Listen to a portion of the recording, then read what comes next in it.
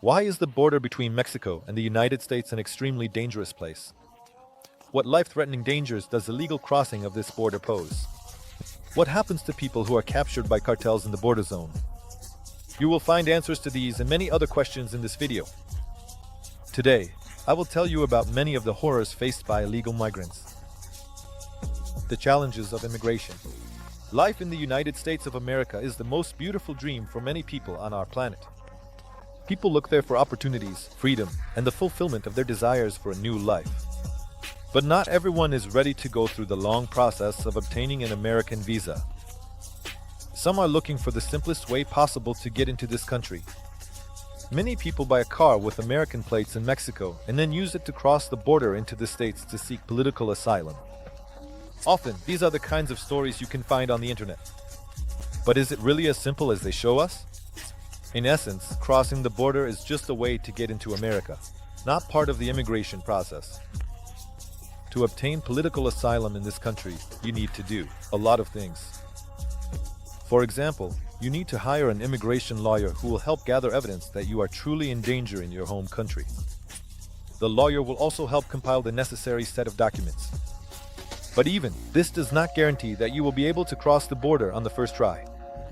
It may be necessary to make several such attempts, which involves enormous stress and financial costs. But even the financial costs pale in comparison to the fact that crossing the border between Mexico and the United States is illegal. Every illegal entry into America carries a risk. A person can be detained and deported, with a ban on entering the States in the future. Of course, everyone who wants to live in the United States has a choice. They can enter the country not only illegally, but also legally. But to be in the country legally, you need to have a lot of money, connections, and an important reason. And not everyone has all of the above. And some are driven to America from Mexico by necessity. The most dangerous border. The border between Mexico and the United States is considered the most dangerous land migration route in the world. Hundreds of people go missing or die there. Statistics indicate that about 700 people per year disappear forever in one way or another while attempting to cross this border. But the number of victims is likely much higher. There is simply no one to report many of the disappearances or deaths. This statistic also does not include data from Texas border county coroners and Mexican rescue teams.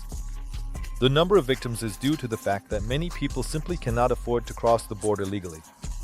That's why they choose the fastest, albeit not the safest, way to get to America.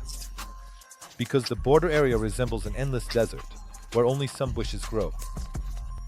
The land here consists of canyons and hills that are under constant scorching sun.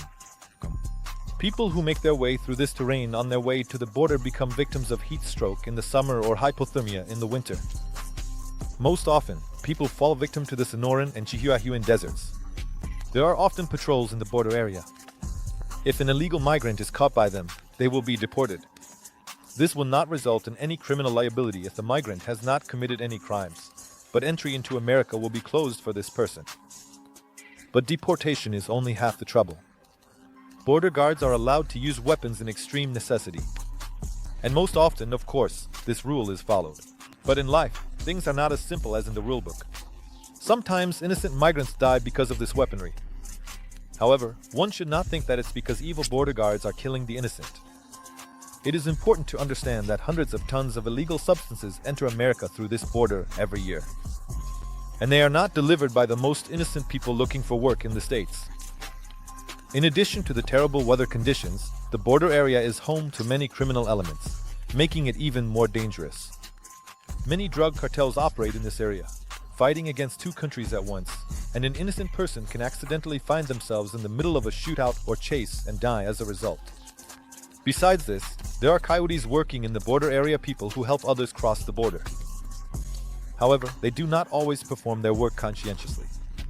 Some coyotes first take money from those who want to cross the border, and then during the long and arduous journey, they sell some of their charges into slavery. Additionally, smugglers might simply abandon an entire group of people they had agreed to help cross the border. In addition, coyotes can sell unsuspecting migrants to cartels. This is quite a profitable business for them. For one person, a coyote can receive from $500 to $20,000. It all depends on the abilities, health, and social status of the human merchandise. If a person is not wealthy, they will spend the rest of their life working for the benefit of the cartel. If he is from a wealthy family, they will demand a ransom from his relatives. In the art of negotiation, cartels have no equals. Over the years in this business, they have gained enough experience to conclude such deals to their advantage. And their arguments are quite convincing. They send the relatives of the captive parts of his body and video recordings of the process of their removal. And in cruelty, cartels also have no equals. If no money is paid for a person, they are brutally dealt with in front of other captives. What happens next is even too frightening to describe. But that's not all. The cult of Santa Muerte poses no less of a danger. Members of this death cult are known for their particular cruelty. They practice sacrifices and many other bloody rituals. And often, the main figures in these rituals are migrants who were sold to them or who fell into their hands by sheer bad luck. Many who have managed to escape the most horrific situations at the border share their stories, and some of them are truly unsettling. The kidnapped. A truly terrible fate awaits those who fall into the hands of the cartels.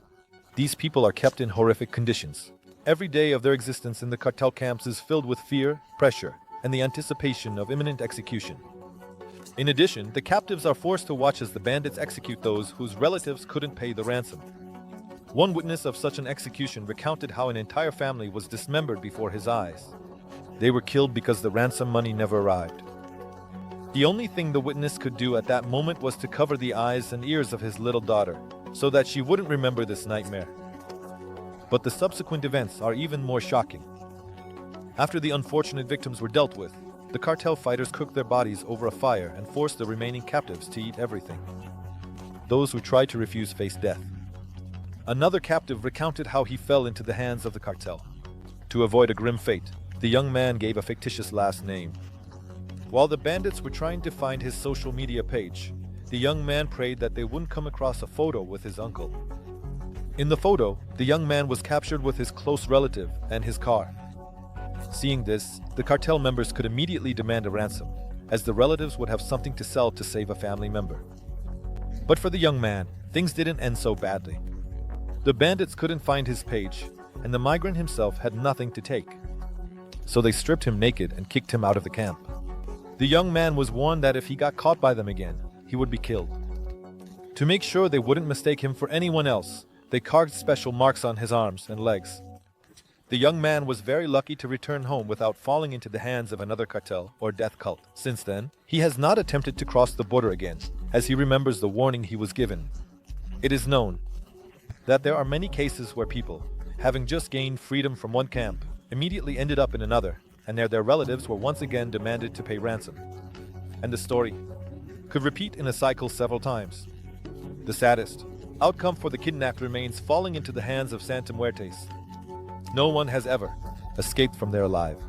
Recently, it became known about a case where a woman from Moscow disappeared in Mexico. Before her disappearance, she managed to inform her relatives that a cartel car was chasing her. Although the girl didn't even try to cross the border, she just ended up in a border town where the crime rate is extremely high. Cartel members took the girl's car, removed all her fellow passengers from it, and took the woman from Moscow with them.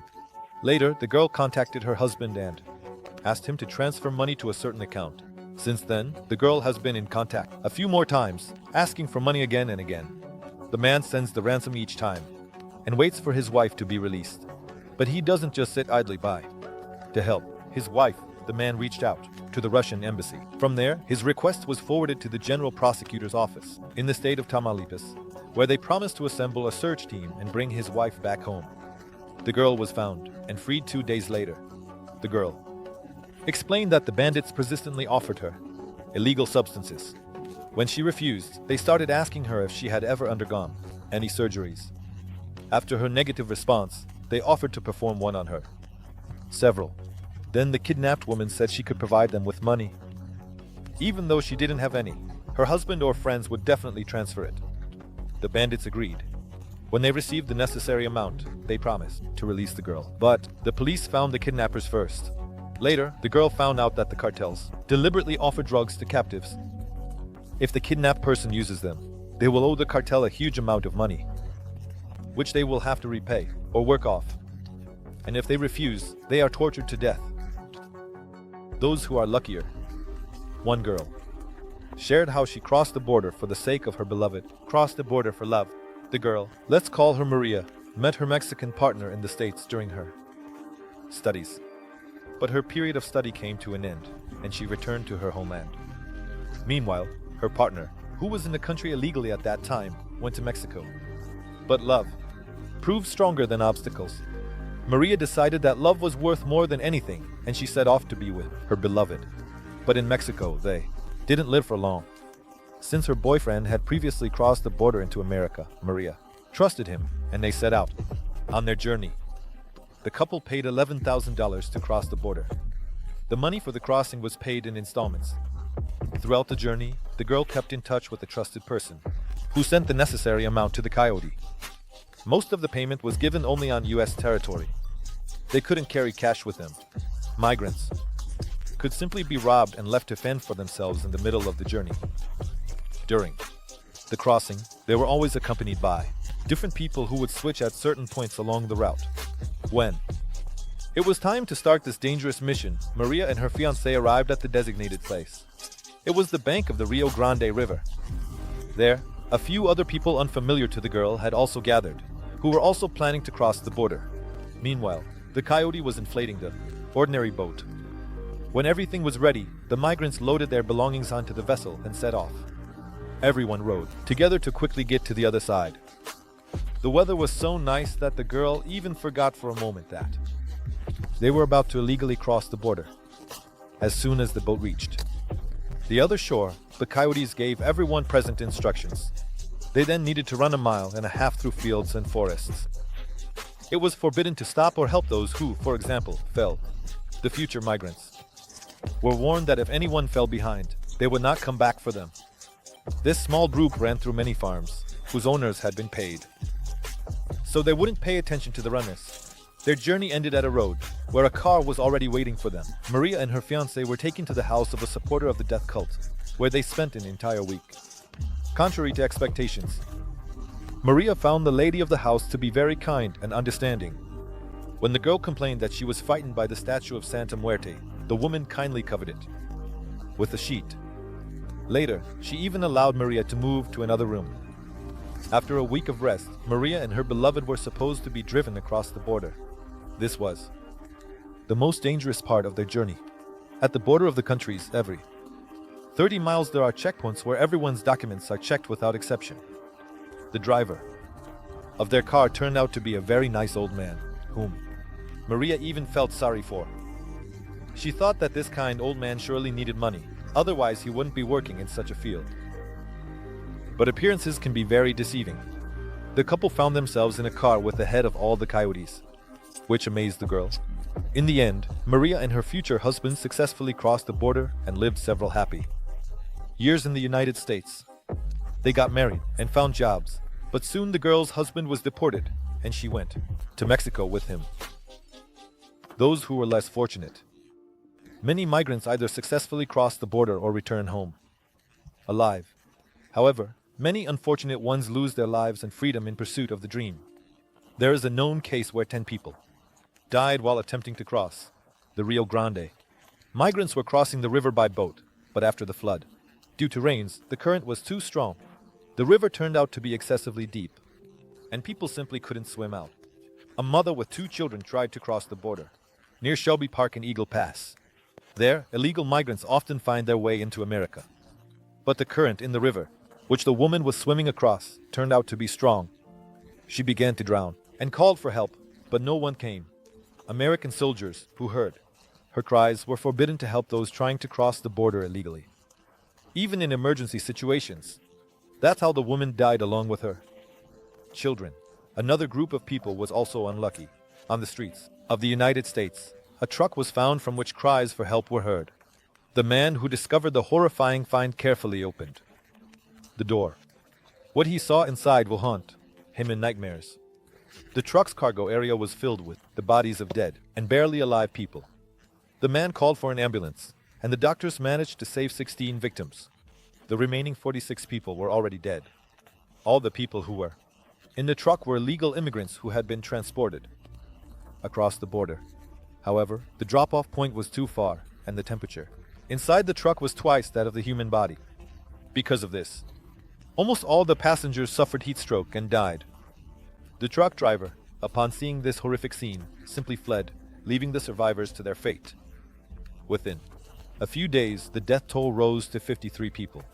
There are known cases where people ended up in places with food and water where they could have received help, but death found them there. So, it was in the case when American border guards detained a group of migrants and sent them to a temporary detention center. Among the migrants was a girl who was 7 years old at the time. She died a few hours after being detained. The cause was shock from hunger and severe dehydration. The girl's father claimed that she was healthy before arriving at the detention center. He even has documents showing that a medical examination was completed without issues, and she did not complain about her well-being. But in 2 days at the temporary detention center, the child's condition completely changed. The border guards, on their part, say that the illegal immigrants had access to food and water, and the father did not allow the girl to be examined by a doctor. The child's condition worsened sharply only at the end of the second day. Therefore, the girl could not have died because of them. Illegal border crossing is a serious issue affecting both national security as well as human rights. Such actions often lead to tragic consequences, including injuries or even loss of life. It is important to raise public awareness about the risks associated with illegal border crossing and to ensure the protection of the rights of those seeking asylum or better living conditions. Let's remember that behind every number there is a story. Take care of yourselves and be cautious. Thank you for your attention.